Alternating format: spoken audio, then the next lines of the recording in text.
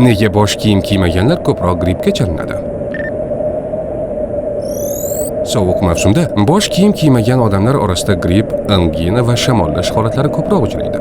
Sababi fiziologik. Inson tanasidagi issiqlikning 10-15% bosh orqali chiqadi. Sovuq havo ta'sirida bosh terisi va yuzdagi qon tomirlari torayadi. Bu esa qon aylanishining sekinlashishiga olib keladi. Natijada bosh, quloq va burun atrofidagi to'qimalar yetarli darajada qon bilan ta'minlanmaydi. Mahalliy harorat pasayadi. Shilliq qavatlarning himoya funksiyasi, ya'ni virus va bakteriyalarni tutib qolish qobiliyati susayadi. Demak, sovuq havoda bosh kiyim kiymagan odamlarning gripp, shamollash, rinit va angina kabi nafas yo'llari kasalliklariga chalinish ehtimoli ancha yuqori bo'ladi. Harorat +5 gradus bo'lganda boshlab bosh kiyim kiyish zarur. Bolalarga +10 gradusda ham kiygizgan ma'qul.